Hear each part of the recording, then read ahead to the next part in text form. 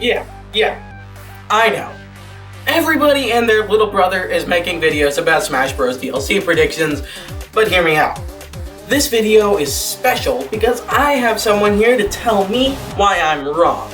Say hello, Rofl Hog. Hey gang, I'm Rofl Hog III, and I'm here for the sole purpose of crushing Danny's hopes and dreams and making him feel like a complete idiot.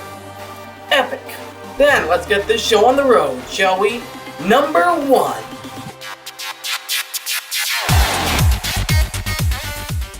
Anyone who thinks that Pokemon Sword and Shield aren't going to be represented is just dumb, for lack of a better word. They're the fastest selling Switch games to date, just flying off store shelves. Despite being Nintendo's most recent big title, it has surpassed the likes of Mario Maker, Splatoon, and Luigi's Mansion in sales by a large margin. At this rate, it's going to overtake Breath of the Wild, Mario Odyssey, and maybe even Smash Bros. It's just free advertising for one of their most popular games, and it guarantees a couple million more sales. You really think it's gonna be Rillaboom? He's easily the ugliest of all the final evolutions of the starters in Sword and Shield, and he's the least popular to boot. Have a look at this poll. Don't you think they choose Inteleon or Cinderace instead, if they even choose to represent Sword and Shield at all? Smash already has 1 million Pokemon playable in it. We don't need another one. Well, I would guess Inteleon or Cinderace, but we already got Fire and Water types from Sun and Moon. I think it makes more sense to round out those 3 elements with Rillaboom. And I am just a little bit biased. Grookey was my starter. At least you admit your bias. If Sword and Shield is represented, there's no way its character is going to be the first one announced for the DLC. As you mentioned, Sword and Shield was released very recently, and you think it's going to be the first character? No way! Maybe one will get in, and maybe it'll be the 3rd or 4th character shown. But not the first. Wrong. For my money though, Nintendo's gonna do their best to stay as far away from first-party characters as possible for this round, especially with the backlash that they got from Violet. The second Fighter's Pass isn't going to sell very well with such a lackluster and easily expected character leading the way. Fine, you want a third-party character? Number 2! How about the world's most famous Bandicoot? Sony's challenge to Mario and Sonic is insanely popular.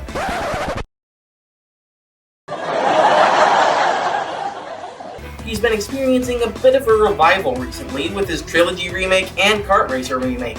There's even been a rumor going around that he's got a mobile game on the way. Everyone would be happy with this pick, and Activision could promote their recent games with it. What have you got to say to that? Where do I even start with this guy? Yeah, he's popular, but there's no real evidence that he'll actually appear. Well, that's not entirely true. Blizzard wants Smash Bros. Representation, as revealed by Jeff Kaplan in an interview with IGN. And as we all know, Activision owns Blizzard. Okay, yeah, well, not all of us knew that. If Activision let Blizzard say that, who's to say they're against Crash being in Smash? It's the best advertisement possible for one of their flagship characters. Let's ignore the fact that Blizzard has a lot of bad press circulating around it real quick, and focus in on the fact that your main source of evidence is a random comment from Blizzard. If that's the case, then my boy Spyro the Dragon has just as much chance as Crash. He has way more moveset potential and would overall be far more unique of a character than Crash Bandicoot. To top it all off, he's arguably even more popular. But if you want even more detail on why Danny Boy here is wrong, go check out my video up in the corner. It's way better than his. Well, that's debatable. But if you can't admit that I'm right, we gotta move on to the next character. Number 3.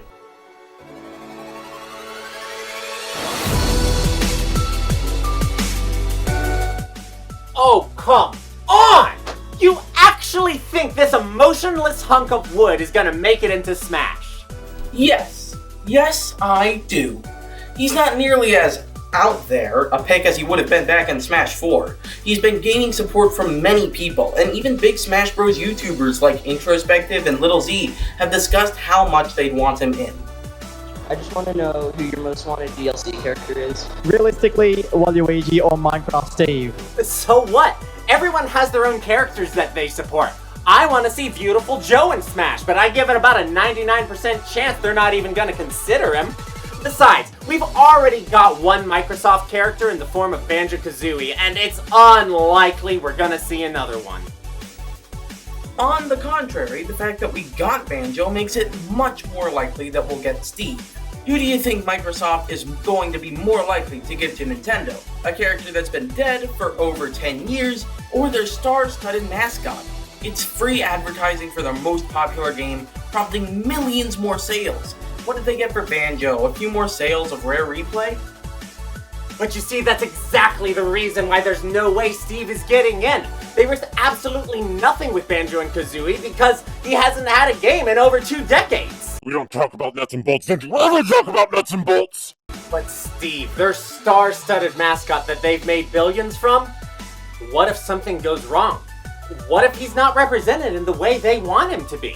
Sure, they have more to gain from having Steve in, but they also have far more to lose. Do you have any solid evidence for him getting in? As a matter of fact, yes. The leaker Virgiman has already successfully predicted many things about this game, the most recent of which was that Cuphead would be appearing as a Mii costume. He's by far the most reliable leaker. Any guess on what his only unproved prediction is? What? That Minecraft will be getting representation. Yeah, he's gotten a lot right in the past, and is, generally speaking, reliable. But he's been wrong before. Check his record outside of Smash leaks, and you'll begin to see the cracks in his infallibility. Just like I'm seeing the cracks in your argument. Well, I think you'll like this next one. Number 4. As much as I would love to see Sora get into Smash, you're being unrealistic. As we all know, he's partially owned by the mouse, and Disney is incredibly tight-handed with how they use their properties. That opinion has been circulating, but it turns out it's actually just wrong. According to the vice president of Disney Japan, Disney technically owns the character, but actually defers to Square Enix on most of the matters involving him in video games. Most specifically, he said that, and I'm paraphrasing here, they'd consider Sora for Smash. The real issue when it comes to Sora would be Square Enix, and we've already seen on 2 occasions that they're willing to work with Nintendo. There's no denying the demand for Sora. All regions want him in some capacity, although it's hard to get exact numbers. Even if Disney is willing, getting Sora would still require the cooperation of 3 different companies to make it happen. Disney, Square Enix, and Nintendo. That hasn't been needed for any other character up to this point. When you introduce a 3rd dimension to the equation, things just get infinitely more impossible. Legal agreements, worrying about who gets the money, etc., etc. And still, that's assuming that Square Enix is even willing. Sure, they've cooperated before, but that doesn't mean Enix will do whatever Nintendo wants. I mean, just look at Cloud. We got a stage and 2 songs. Nintendo's gone to great lengths to get the characters that they want. They've reached out to Atlus, Microsoft, and SNK for Smash Ultimate alone. What will they do in order to acquire this one? Yeah, but the idea of interacting with 2 other companies in itself might be enough to make Nintendo forget about it entirely. Even if all companies are willing, the number of hoops that they may need to jump through to do things might just be so unappealing it turns them off completely. I just don't think Sora is going to be a character that comes home. Well, they have been focusing on a very specific type of character recently. Oh, and what's that? Fighting games. And what more iconic fighting game character than number 5?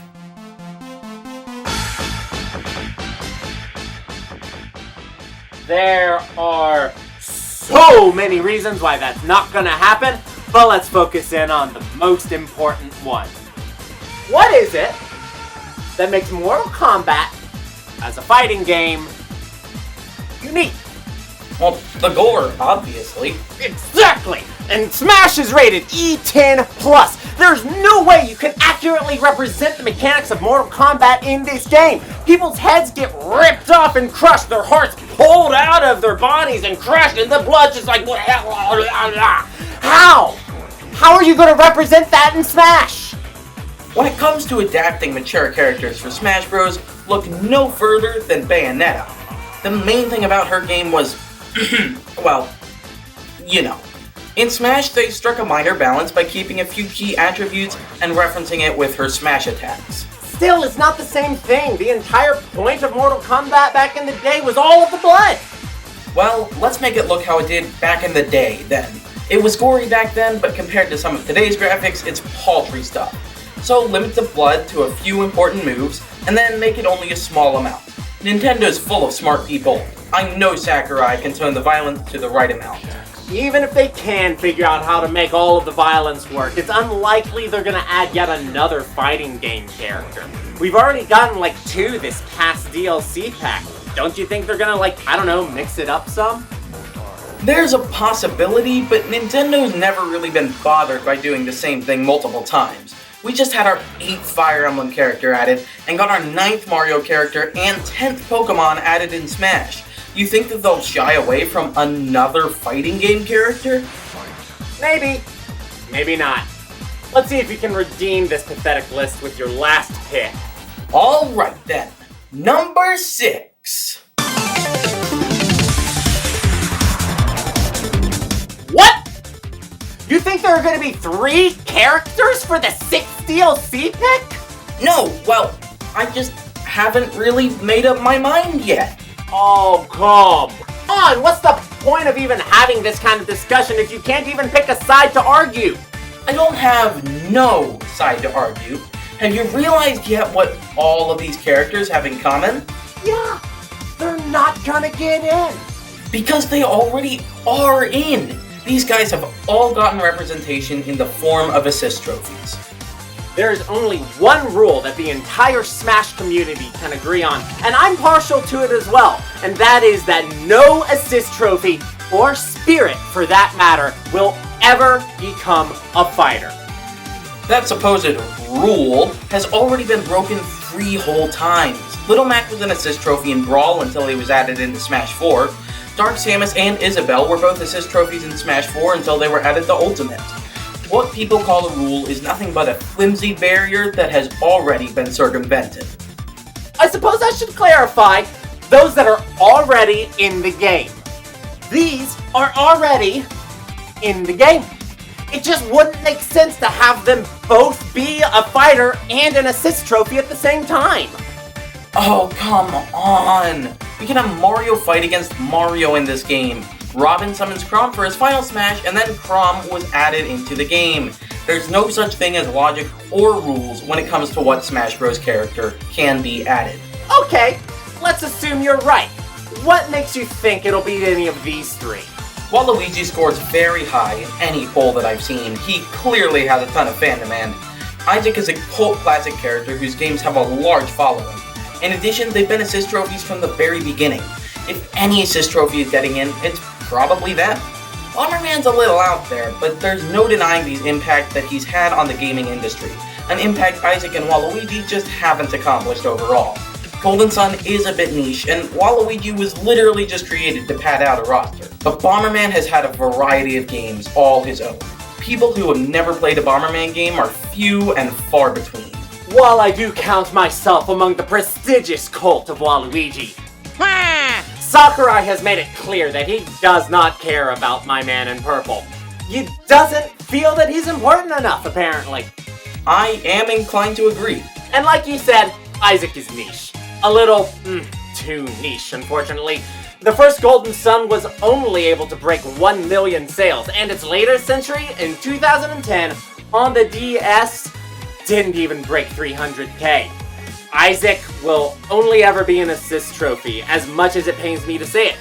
And as for Bomberman, he wasn't even good enough to be in an assist trophy in the first 2 games, so what makes you think they'll care enough to put him in now? If any assist trophy gets in, it'll be Dr. Wily or Skull Kid, but certainly not these guys. Well guys, thanks for watching. Let me know who you think will get in down in the comments. And make sure to check out Rofl Hog's video too. There will be a link in the description. Until next time guys,